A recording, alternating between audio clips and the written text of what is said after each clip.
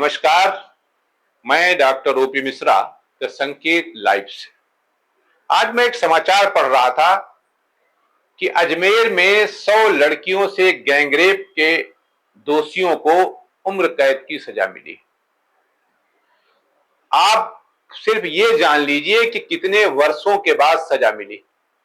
यानी जब gang rape हुआ तो उस लड़की की उम्र 22 वर्ष थी और आज लगभग 50 वर्षों के बाद, यानी पूरा अगर देखें तो करीब 30 से 40 वर्षों के बाद ये निर्णय आया है और उसको, यानी उन जिन लोगों ने गैंग रेप किया था 100 लड़कियों के साथ, एक दो नहीं 100 लड़कियों के साथ, उनको आजीवन कारावास का दंड मिला है। ये आजीवन कारावास का जो दंड मिला है ये कोई अभी अंतिम नहीं है, आखिर आगे तमाम और लड़ाई है ना। अंत तक कहां पहुंचेगा हमारी न्याय व्यवस्था, कहां नहीं जा सकता। एक तरफ जो दरिंदगी हुई थी डॉक्टर के खिलाफ, डॉक्टर के साथ पश्चिम बंगाल में, उसके लिए सुप्रीम कोर्ट ने एक टास्क फोर्स बनाई है। ठाणे में छात्राओं के यौन उत्पीड़न पर जबरदस्त तोड़फोड़ हुई है। इस तरह की घटनाएं आए दिन हमारे आंखों के सामने गुजर रही हैं। हम मूक दर्शक बने हुए हैं। पुलिस भी वो नहीं करती है जो उससे अपेक्षा की जाती है या जो उसकी ड्यूटीज में है। और भाई करे तो क्यों करे, जहां पूरा सिस्टम ही दूषित हो, जहां के सांसद, जहां के विधायक बलात्कार के आरोपी हो, राजनीतिक दल उनको टिकट देते हो और देश की महान जनता उनको जिता देती हो, उस देश के बारे में कहा ही क्या जा सकता है। एक रिपोर्ट आई है एडीआर की, जिसमें कहा गया है कि 151 मौजूदा सांसद, यानी जो ये लोकसभा का चुनाव हुआ है 24 का, इसके 151 सांसद जो हैं, इनके खिलाफ अपराध के मामले दर्ज हैं। इनमें विधायक भी शामिल हैं और इनमें से 16 लोगों के खिलाफ तो बाकायदा बलात्कार का मामला दर्ज है। अब आप जिस देश के भाग्य विधाता बलात्कार के आरोपों से घिरे हो, उनसे आप क्या अपेक्षा कर सकते हैं। बोया पेड़ बबूल का आम कहां से आएगा। और हम लोग इतने धन्य हैं कि ऐसे लोगों को जिता देते हैं। और इसमें सबसे बड़ा दोष अगर कोई है तो वोटर का नहीं, उन पॉलिटिकल पार्टीज का है जो उनको अपना कैंडिडेट घोषित करती हैं। आखिर आप ऐसे लोगों को टिकट क्यों देते हैं। और इसके लिए सब सरीके जुर्म है, कोई एक पार्टी नहीं। भारतीय जनता पार्टी भी, कांग्रेस भी, अन्य जितनी भी पार्टियां हैं, दो पार्टियों मैंने इसलिए नाम लिया कि दोनों बड़े लेवल की पार्टियां हैं, राष्ट्रीय पार्टियां हैं, इसलिए मैंने दो का नाम लिया। बाकी सब ऐसे हैं, हम्माम में सभी नंगे, न हम कहें तुम्हारी न तुम कहो हमारी। हम सत्ता में आएंगे तुमको बचाएंगे, तुम सत्ता में आना हमको बचा लेना, बस यही चल रहा। और हद तो तब हो जाती है जब ये जो क्रिमिनल्स हैं, ये मुख्यमंत्री आदि पदों पर जब पहुंचते हैं या उनकी सरकार मनमाफिक बनती है तो अपने सारे केस वो खत्म करा लेते हैं। ये सही है कि अब उसमें हाईकोर्ट के भी कुछ निर्देश हैं कि बगैर आप उनकी अनुशंसा के ऐसा नहीं कर सकते, लेकिन फिर भी वो अपने केस खत्म करा लेते हैं। ऐसे ऐसे मुख्यमंत्री हैं जिन्होंने 10-10, 20-20 अपने केस खत्म करा लिए। आज इस विषय पर विस्तार से चर्चा करने के लिए कि ऐसा क्यों हो रहा है और हम लोग समझ क्यों नहीं पा रहे हैं। पॉलिटिकल पार्टीज क्या सिर्फ इसलिए वोट दे रही, टिकट दे रही हैं उनको कि वो जीत सकते हैं, जीतने की गारंटी है। तो फिर देश की गारंटी का क्या होगा, देश की 50% आबादी का क्या होगा जिनके साथ वो बलात्कार करते हैं, उनका क्या होगा। इसी विषय पर चर्चा के लिए अपने सहयोगी श्री हेमंत कृष्ण जी, वरिष्ठ पत्रकार हैं, उनको आमंत्रित करते हैं और चर्चा करते हैं इस विषय पर। नमस्कार, मैं हेमंत कृष्ण। हेमंत जी, जी सर। एडीआर की एक रिपोर्ट आई है जी। जिसमें महिलाओं के खिलाफ अपराध से जुड़े 54 मामलों के साथ भारतीय जनता पार्टी टॉप पे है। ठीक है, वो बड़ी पार्टी है तो बड़े लोग उसके क्रिमिनल्स होने चाहिए, तो 54 लोग भारतीय जनता पार्टी के हैं जिनके ऊपर आपराधिक मुकदमे चल रहे हैं महिलाओं के दूसरे नंबर पे कांग्रेस भी है जिनके 30 सांसद विधायक हैं जो, और तीसरे नंबर पर तेलुगु देशम पार्टी है जी जिसके 17 सांसद विधायक हैं। तो ये जो तेलुगु देशम पार्टी है ये भी भारतीय जनता पार्टी की सपोर्टिंग दल है, सपोर्टर है ये। हम आपको एडीआर के बारे में जी थोड़ा बताते हैं। हाँ, ये 2020 में जी सुप्रीम कोर्ट का एक आदेश आया था, हाँ, जिसमें कहा गया था कि जब कोई विधानसभा लोकसभा का कैंडिडेट नामांकन करेगा जी तो वो शपथ पत्र के साथ जी घोषणा करेगा हाँ, उसने कौन कौन सा अपराध किया है, कौन कौन से मुकदमे उसके ऊपर हैं, उसका पूरा खुलासा वो करेगा। पूरा कच्चा चिट्ठा चाहिए। हाँ, 2020 में आया था।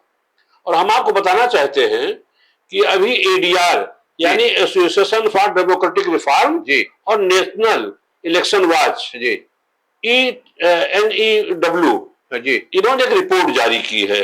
अच्छा, और वो रिपोर्ट जो उन्होंने जारी की है 2019 से जी 2024 के बीच जो चुनाव हुए हैं, जी जी 2019 में भी हाँ, सांसदीय चुनाव हुए हैं फिर और 5.5 साल के करीब 5 साल के अंदर जो चुनाव हुए हैं जी उसमें 151 सांसद और विधायक जी मतलब महिला उत्पीड़न के दोषी हैं, आरोपी हैं जी, जिनमें 16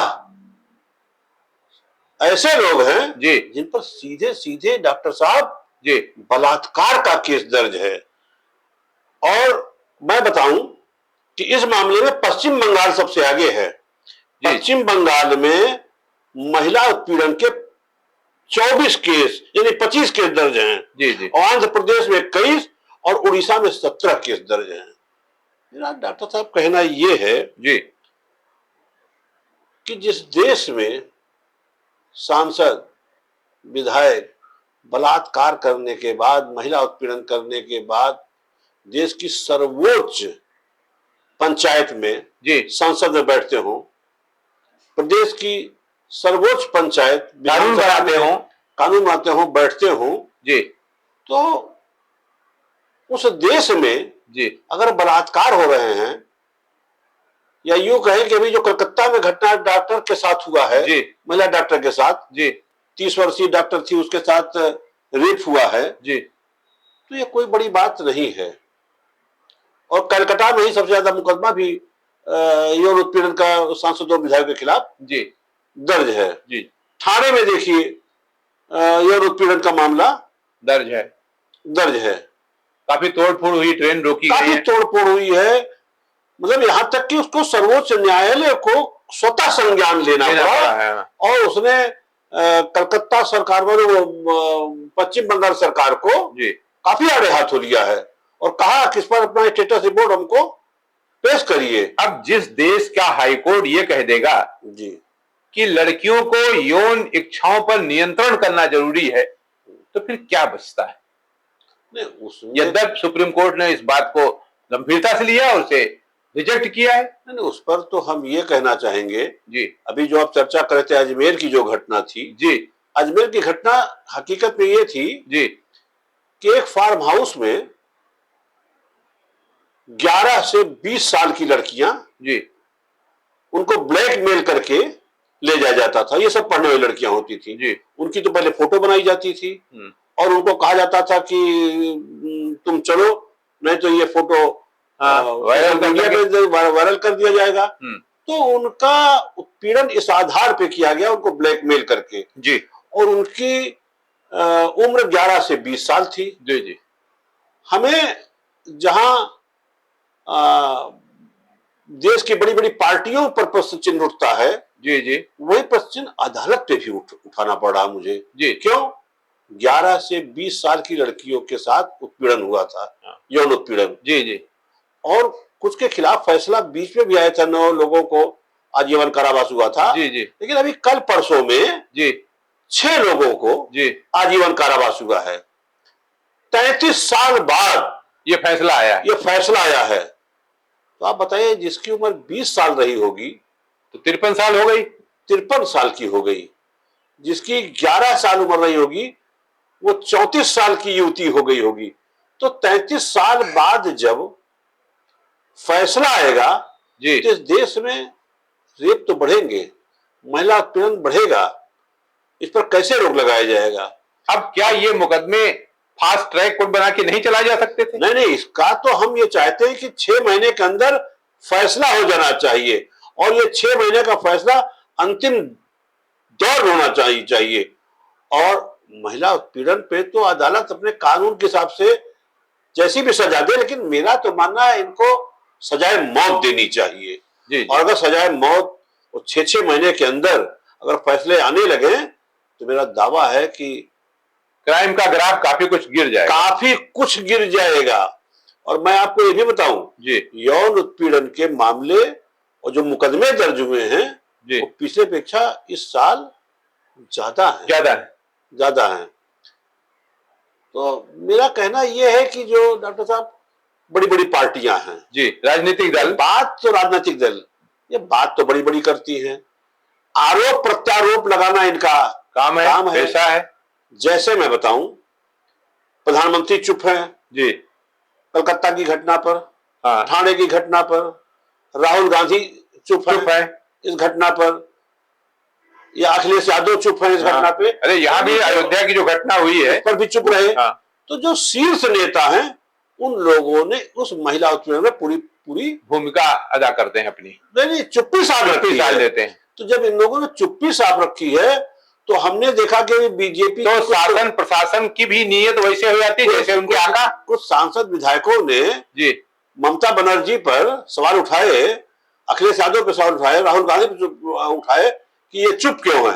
अरे भाई, आपका प्रधानमंत्री क्यों चुप है? बिल्कुल, प्रधानमंत्री क्या कर रहा है? तो ये तो फिर आरोप प्रत्यारोप की बात है। ये कसम क्यों नहीं खाते राजनीतिक दल कि हम किसी रेपिस्ट को, किसी महिला उत्पीड़न के आरोपी को चुनाव नहीं देंगे, और तब तक उनको वो टिकट नहीं देंगे जब तक कि आरोप से बरी न हो जाए। जी। और मैं तो ये कहूंगा, डॉक्टर साहब आप लाइसेंस बनवाते हैं जी, आपका पुलिस वेरिफिकेशन होता है, आप नौकरी में जाते हैं, पुलिस वेरिफिकेशन होता है। तो जब सांसद विधायक को टिकट दिया जाता है तो इनका पुलिस वेरिफिकेशन क्यों नहीं होता है? मेरा तो कहना यह है कि सांसद और विधायक का टिकट जब दिया जाए तो सबसे पहले इनका पुलिस वेरिफिकेशन किया जाना आवश्यक है। बिल्कुल, क्योंकि ये अपराधी पहले ही से है। हाँ, जी जी, आरोपी है। बिल्कुल। और जब ये सांसद विधायक हो जाते हैं तो ये निर्द्वंद हो जाते हैं, पावर मिल जाता है। पावर मिल गया है, तब साहब रेप भी करते हैं, बलात्कार भी करते हैं, और महिला उत्पीड़न तो करते ही करते हैं।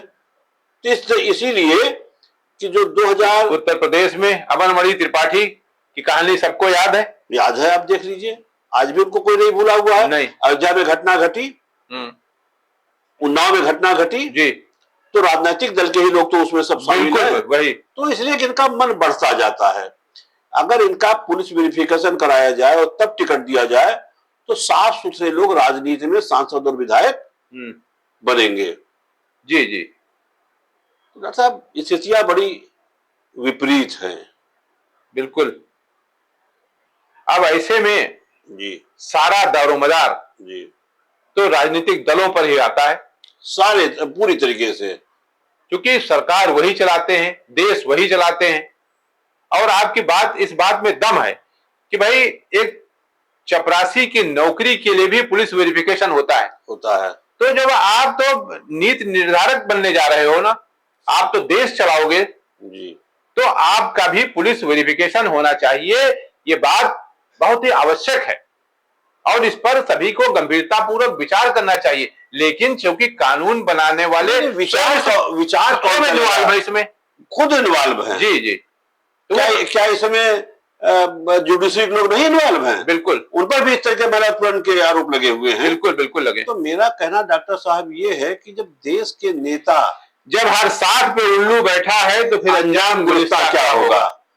तो कहने को डॉक्टर साहब, जिस देश में राजनीतिज्ञ जो कानून बनाते हैं संसद में बैठ करके, जब वो रेप में शामिल होंगे, महिला उत्पीड़न में शामिल होंगे, तो हम कैसे माने कि उसके नीचे इकाई पर बैठे हुए लोग अपराध नहीं करेंगे? बिल्कुल करेंगे। और आप देखिए इन दिनों बीच में कि चाहे उत्तर प्रदेश के मुख्यमंत्री हो, कहते हैं कानून हमारी कब्जे में है, बिल्कुल तब भी बिल्कुल, घटनाएं घट जा जीरो रही हैं। टॉलरेंस है।